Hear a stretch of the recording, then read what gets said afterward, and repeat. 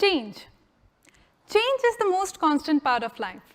Since childhood, I used to anxiously wait for Saturday, Sundays. That was the time when I used to visit my grandma's place and play with my 6 cousins.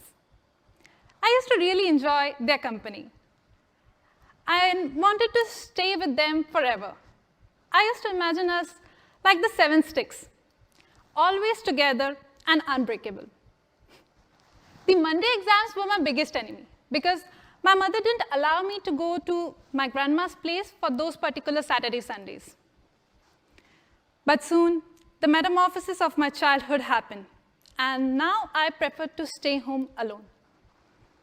It was kind of a shock to my family to hear my demand to continue my education after 10th in a city a little bit far from my native city.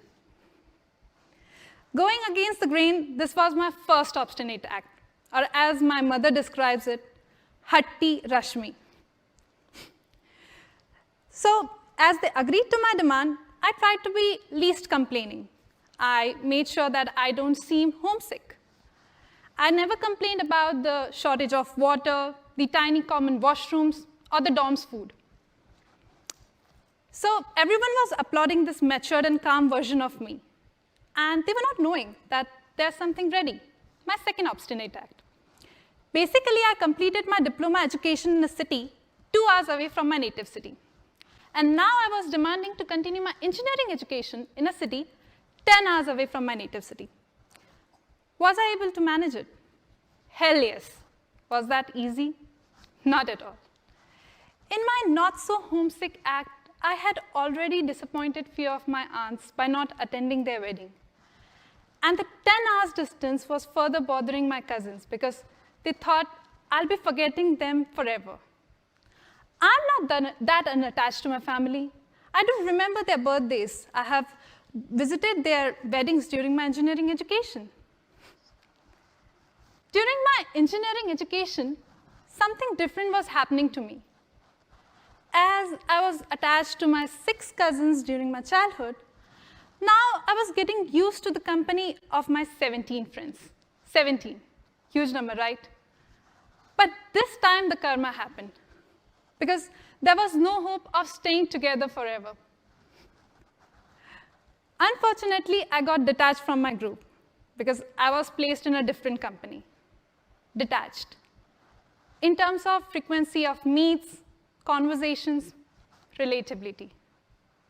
But soon I got a new friend at my office, as everyone says the abstract one, work. The targets, the numbers, the frustration was now part of my day.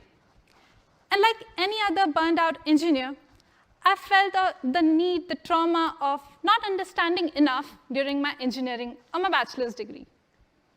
So here I am at Arizona to complete my education, to upskill myself, to perform better at my work. In the beginning, it was not that easy for me coming to Arizona because I was going back to lectures, exams, assignments after 3 long years. COVID made it worse since most of the participation activities were virtual via Zoom. But soon I coped up with it somewhere, somehow, and the struggle paid off well. Soon I'll be working too. Going forward, I really wish to set this routine wherein I'll dedicate some time for my cousins on those Saturday, Sundays. At least have one virtual chat with them. Utilize all my holidays by doing some outdoor activity like trekking, road trips, along with my friends.